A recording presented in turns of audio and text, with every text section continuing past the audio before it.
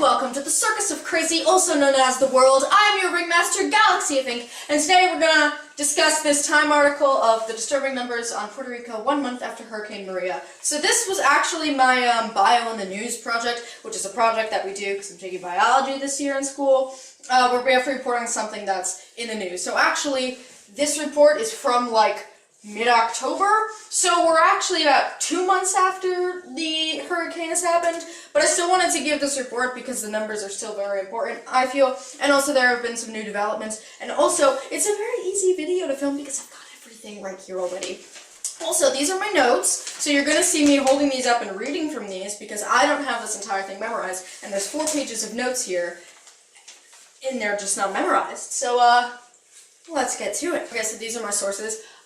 We've got the Time article, which is the main one that I took from. We have my NPR article, which is I did some research on U.S. territories to fill in some of the gaps about this. We have a CBS article about Puerto Rico's death toll. You can see the days that these were all posted to, by the way, as a way of like, this is a little bit late. And we have the Whitefish Controversy one, which also I'll be adding to that, and I can't source the thing that I'm adding from, because I don't exactly remember what it is, but there have been recent developments in the Whitefish Controversy that I'll be adding to when we get there. Okay, so first my glossary. This is just a glossary slide page, so.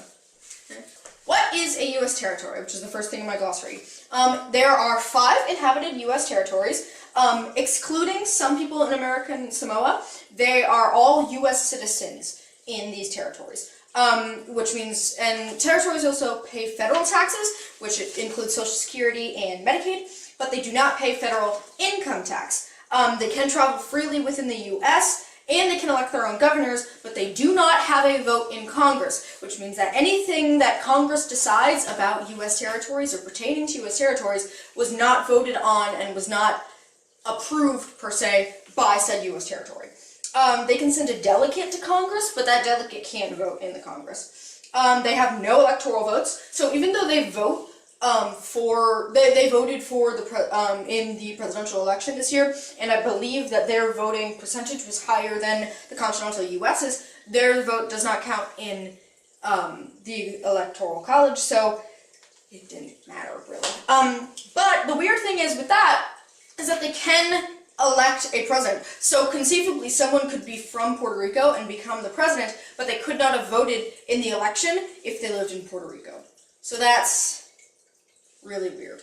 Next, what's a power grid? A power grid, as defined by Merriam-Webster, is a network of electrical transmission lines connecting a multiplicity of generating stations to loads over a wide area, which basically means that it supplies the entire electrical system, in this case of Puerto Rico, to everything. So it's the power supply.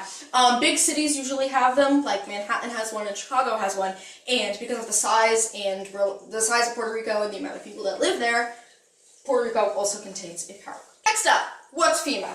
FEMA stands for the Federal Emergency Management Agency. It was founded in 1979 by Jimmy Carter. Its mission statement is to support our citizens and first responders to ensure that as a nation we work together to build, sustain, and improve our capability to prepare for, protect against, respond to, and recover from, and mitigate all hazards. So they're there to help after hazards take place of the natural kind, and I believe also of the non-natural kind. They are currently in Puerto Rico, and about them being in Puerto Rico, Donald Trump has tweeted that we cannot keep FEMA. My Trump impression is really bad. I'm sorry. We cannot keep FEMA, the military, and first responders who have been amazing under the most difficult circumstances in Puerto Rico forever. So that's a thing that happened. Some background information about Puerto Rico. Puerto Rico has a population of about 3.4 million people. That is 3.4 million American citizens. Their area is about 3,500 square miles. That sounded really bad. Just please understand what I mean there. That's about between the size of Connecticut and Delaware, so it's bigger than Delaware, smaller than Connecticut. San Juan is its capital. San Juan has a population of 2 million. If that gives a scope on how big Puerto Rico is, that about 2/3 of their population live in one city. The official languages are Spanish and English, but Spanish is what's most spoken. It is only 100 miles across and about 1,000 miles off the coast of Miami. Okay, Hurricane Maria is the worst natural disaster on record in the Dominica. And its winds reached a speed of 175 miles hour. That is insane for even us to think about. It is the second Category 5 hurricane of the 2017 season, which we all know was devastating, which included Hurricane Harvey, Hurricane Irma, and now then Hurricane Maria. Its wind speeds were 20 miles per hour faster than a Category 5 marking. So in order to be a Category 5, I believe the winds have to reach a speed of about, I believe the number correctly was 154 miles per hour. Hurricane Maria has reached 20 miles per hour over that about. Puerto Rico's death toll currently is at 51 as of November 24th. So not currently, as of November 24th, their death toll was at 51. There is an unproven report, and by unproven I mean that I could not find the exact source that 100% stated it, that there was an ICU center with about 20 patients, and every single patient died as a result of the blackout that went through, and the power grid, and just everything combined. So those sorts of deaths were accounted for, as well as those last two numbers from 51. Those last two were recently added from 49 in official death reports, because it was people that had died from drinking polluted water, because you can't drink seawater, and they kind of ran out of fresh water on the island after the hurricane blew through. So those are what those last two numbers were about. And also on that, I've also seen a report, but I believe it was a CNN or CBS. It was a C, and one of them did state that, hey, it probably is about hundreds more than 51. It's probably hundreds more people, but they have not been officially proven, because there hasn't been an official, roundup and count between families yet, with everything going on, and a lot of the bodies were lost, or something equally as horrible has happened to them. So that's not an official number. As in finally moving on to the actual accounts of the Time article, let's talk about some of the provisions that have been sent in so far. So about 1/3 of households, 1 million people, were still without running water in Puerto Rico. FEMA has distributed 23.6 million liters of bottled and bulk water in total, but that's only 9% of the island's requirement. So imagine drinking 9% of the water that you need a day, and that's being done to an entire island. 60,000 homes need roofing help. For everybody wondering why I struggle with numbers, I struggle with sound speaking numbers. I don't know why. I've always had the problem with it. FEMA has delivered about 38,000 tarps. That's just over half needed. Power and personnel. 20% of Puerto Rico's power grid has been restored, but that means that 3 million people are still without water. 75% of antennas are down, which means that even if you could charge your phone, you've got no service. All of the hospitals are up, but only 25% have power. So really, only 25% of the hospitals are up. And in the middle of a natural disaster, that's not the best statistic. 1,700 FEMA personnel are in PR, and 20,000 other, 20,000 other federal staff and military have been deployed in PR, not including the FEMA reports. And also, a thing that I think is important to add, if not all the hospitals are up with power, schools definitely aren't. The children of Puerto Rico are, by this point, 2 months behind, probably expected to be many more months behind in their education, and that will set off maybe an entire generation of children on that island.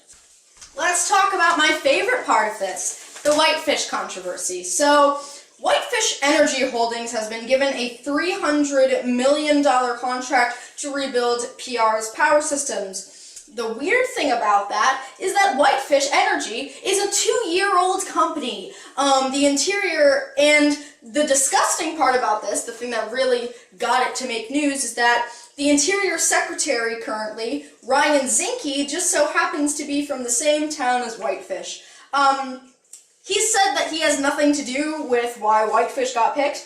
And by the way, for everybody wondering what the Interior Secretary is, that job involves looking over the federal relationship with U.S. territories. So, he says he has nothing to do with it. Whatever. FEMA says that they weren't a party in the deal either, which seems weird to me. I don't know. I don't have all the, even just knowledge to comprehend everything that goes on with this, because I don't really know how energy deals work or this sort of thing, but that seemed a little bit weird to me as well. And also, apparently, there was no bidding process in who got this contract, which is very strange.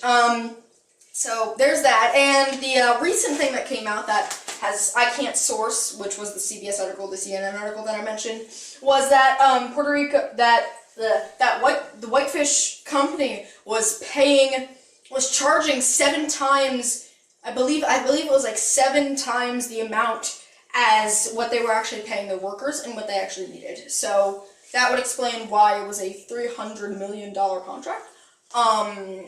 And that's just, it's disgusting. It's kind of disgusting. It's very disgusting. It's not even kind of, it's disgusting. On to my analysis and opinion, which, I mean, I think people will probably assume that I've already been saying that, but this was a part that had to be graded on, so I had to, include an extra slide just to make it clear, because it was my analysis and opinion part. I calculated these two, and I'm very proud of it. Just looking at the 2 examples that I've calculated, Puerto Rico is not receiving the same amount of support as mainland citizens. So this is Hurricane Harvey, which would be the bottom rows, Houston, versus Hurricane Maria, which is the top rows of Puerto Rico. This is the amount of water that is distributed in disasters, and you can see Houston has gotten much more, and this is the amount of federal staff that has been deployed through the disasters. Houston, again, has gotten much more. By the way, for those wondering, these reports were taken from about the same time. The numbers that I grabbed from Houston were not at the same time as the numbers that I have for Puerto Rico. So Puerto Rico's numbers came exactly 1 month after the hurricane hit.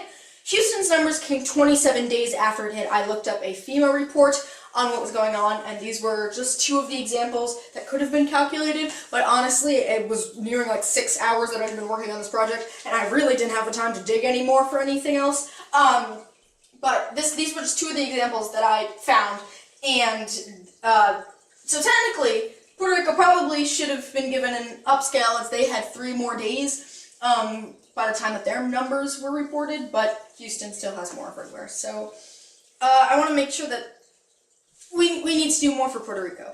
Puerto Ricans are American citizens, and it's unacceptable that we are not providing to them the same amount of aid as we are providing to continental U.S. Even just I'm looking at federal numbers here. Because it would take a very long time and a very long amount of research and resources that I frankly just don't have to calculate how much citizens have raised for Puerto Rico, and then to calculate how much citizens have raised for Houston to really show the exact amount that's being given, support being given there. But federally speaking, the federal government needs to do more for Puerto Rico. Sorry, I see something out in the woods that's over here, and it's just a bird, but it looks weird.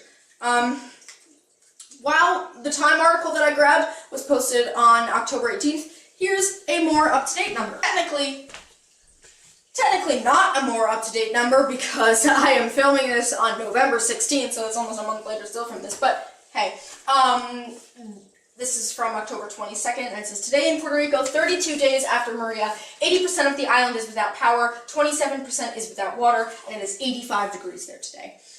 So that's horrible. That's from the 22nd.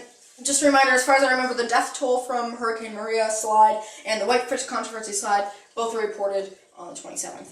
And as I also mentioned, the Whitefish Controversy is just absolutely disgusting. But there is good news. The good news? You can help! Donate! Look at all of the options that I provided for donations. Right here is the song that Lin-Manuel Miranda wrote called Almost Like Praying. You can buy it on iTunes, and all that money goes to support Puerto Rico. Right here I have a video which you could click to play, but I'm not going to click to play because I'll probably get a copyright claim, rightfully so. Also, if you don't have any money, you could just subscribe to the For Puerto Rico playlist on Spotify.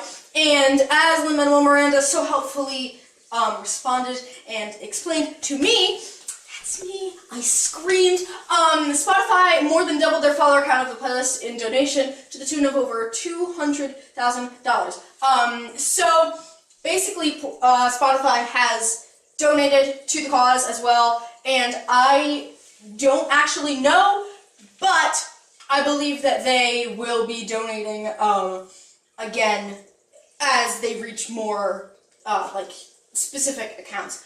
And if you want to do more than that, you could just go to thehispanicfederation.org, and 100% of the money that is raised there is going directly to help Puerto Rico. So if you want to just donate directly to the cause, and want to give a little bit more than $130, which is the amount here, of course, there's plenty other places and donations that you could be making, but this is just my personal options because I have donated to this website before and I have bought both of these things. So, you know, it was just a thing.